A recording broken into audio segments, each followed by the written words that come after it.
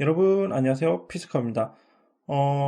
커머못을 위한 조립 PC 가이드 그 5번째 시간으로 오늘은 그래픽 카드에 대해서 한번 알아보겠습니다. 앞선 CPU 시간에 제가 CPU 제조사는 크게 두 개의 브랜드가 있다고 했죠. 인텔과 AMD, 그래픽 카드도 마찬가지입니다. 그래픽 카드에서도 크게 두 개의 제조사 브랜드가 있는데 바로 엔비디아와 AMD입니다.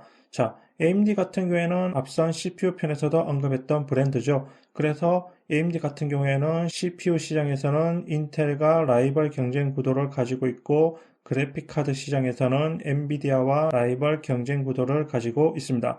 물론 이 엔비디아와 AMD를 제외한 다른 브랜드도 있습니다. 맥트로스라는 브랜드인데 이 맥트로스 제품들은 대부분 서버용이나 워크스테이션, 기업용 같은 전문 분야에 사용되는 거라 일반 사용자들이 구입할 일은 거의 없겠습니다. 그래서 우리가 흔히 PC방이나 집에서 사용하는 PC에 들어가는 그래픽카드는 대부분 이 두 개의 브랜드라고 생각하면 됩니다. 그래서 엔비디아는 지포스라는 이름으로 제품들이 나오고 AMD 같은 경우에는 라데온이라는 이름으로 제품들이 나오고 있습니다. 그리고 앞서 CPU 편에서 제가 성능에 따른 모델명에 대해서 알려드렸죠. 모델명의 숫자가 높을수록 고성능이고 최신 모델이고 가격은 올라간다. 그래픽카드도 마찬가지입니다. 엔비디아의 지포스나 AMD의 라데온 모두 모델명의 숫자가 높을수록 최신 모델이고 고성능이고 가격은 올라갑니다. 좀 더 자세히 얘기하자면 엔비디아의 지포스 같은 경우 지포스라는 이름 뒤에 GT 또는 GTX가 붙고 그 뒤에 숫자가 붙는데 바로 이 숫자가 높을수록 최신 모델이고 고성능이고 가격은 올라갑니다. AMD도 마찬가지입니다. 라데온이라는 이름 뒤에 등급 분류에 R3, R5, R7 등의 단어가 붙고 그 뒤에 세 자리 숫자가 붙는데 이 숫자들이 높아질수록 고성능의 최신 모델의 가격 상승이 됩니다. 그래서 지금 그래픽 카드를 구입할 때는 이 모델명 구분을 알고 있으면 되는데 꼭 이 방식이 계속 유지되는 것은 아닙니다. 무슨 말이냐?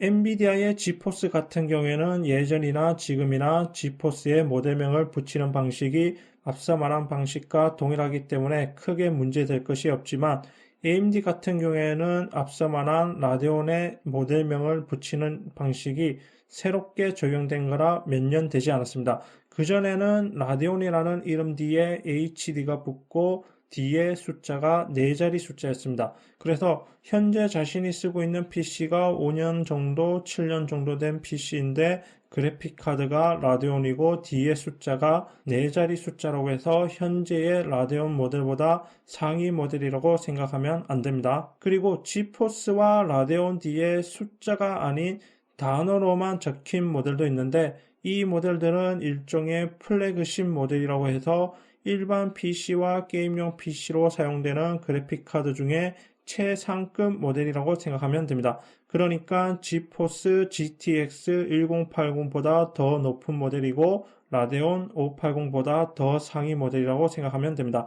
그래서 지포스 같은 경우에는 현재 타이탄이라는 이름을 붙이고 있고 라데온은 베가라는 이름을 붙이고 있습니다. 물론 얘들도 언제든지 새로운 모델이 나오면 이름이 바뀔 수 있습니다.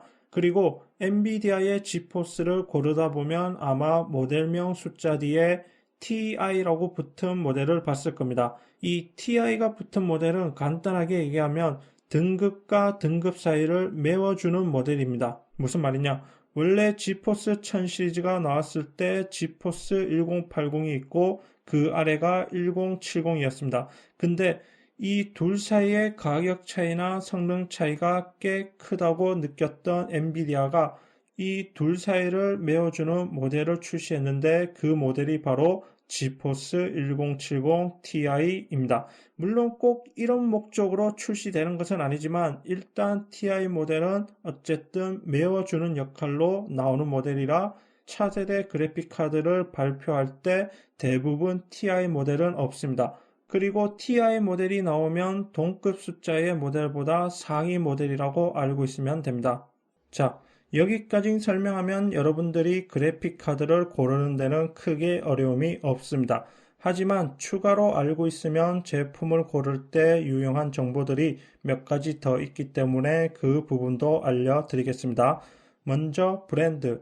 앞에서 크게 제조사는 두 가지라고 했죠. 엔비디아와 AMD. 물론 이 두 제조사가 직접 그래픽 카드를 만드는 것은 맞습니다. 하지만 이 두 제조사의 GPU, 그러니까 그래픽 카드에 들어가는 일종의 CPU를 GPU라고 하는데 이 GPU를 가지고 다른 제조사들도 자신들만의 디자인으로 그래픽 카드를 출시할 수가 있습니다. ASUS, 기가바이트, MSI, 사파이어, 파워컬러, 조텍, 갤럭시, 펜릿 등의 브랜드들이 여기에 해당이 됩니다. 즉, 다시 말해 엔비디아와 AMD가 먼저 표본을 만들고 나면 다른 브랜드 회사들도 자신들만의 다양한 디자인을 적용해 출시를 한다라는 겁니다. 그리고 이런 다양한 디자인의 제품들 중에 보면 브랜드와 색상은 분명히 다른데 디자인이 똑같은 모델들을 본 경우가 있을 겁니다. 특히 국내 브랜드로 붙여진 모델들에서 많이 볼 수 있는데 그 모델들은 국내 브랜드사가 그래픽 카드를 만드는 것이 아니라 해외 브랜드가 만든 모델을 일종의 수입을 해서 자신들의 브랜드로 파는 OEM 방식입니다. 대표적인 브랜드가 EM텍과 ST컴입니다. 그리고 똑같은 숫자의 모델, 즉 동급 모델을 보면 가격 차이가 다양한 것을 볼 수 있는데 그 이유는 브랜드 회사의 가치도 있지만 그래픽 카드도 오버클럭이 가능하기 때문입니다. 그래서 오버클럭이 적용된 모델은 동급 모델이라도 가격이 좀 더 높습니다. 메모리처럼 모든 그래픽 카드가 오버클럭이 되지만 클럭이 올라가는 수치는 랜덤입니다.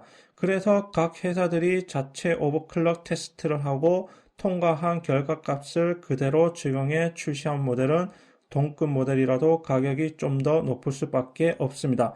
물론 사용자가 직접 오버클럭을 할 수도 있기 때문에 굳이 오버클럭이 적용된 모델을 구입할 필요는 없습니다. 그리고 그래픽 카드의 오버클럭은 GPU와 그래픽 카드에 들어가는 메모리를 오버클럭 하는 겁니다. 끝으로 역시 동급 모델인데 어떤 모델은 3기가, 어떤 모델은 6기가 이렇게 모델명이 적힌 것을 봤을 겁니다. 이건 그래픽 카드의 메모리 용량을 표기한 것인데 용량이 크다고 해서 꼭 다 좋은 것은 아닙니다. 그래픽 카드의 메모리 용량은 화면 해상도와 영향이 있는데 자신이 사용하는 모니터의 해상도가 풀 HD까지만 지원한다면 동급 모델에서 굳이 메모리 용량이 큰 모델을 선택할 필요는 없습니다. 반대로 UHD 같은 고해상도의 모니터를 사용한다면 메모리가 큰 모델을 선택하는 것이 좋습니다. 그리고 메인보드와 마찬가지로 대부분의 그래픽 카드들도 무상 3년 AS를 지원한다는 점도 알고 있으면 좋겠죠. 그럼 이것으로 그래픽 카드 편을 마치고 다음 시간 하드와 SSD인 저장 장치 편으로 돌아오겠습니다.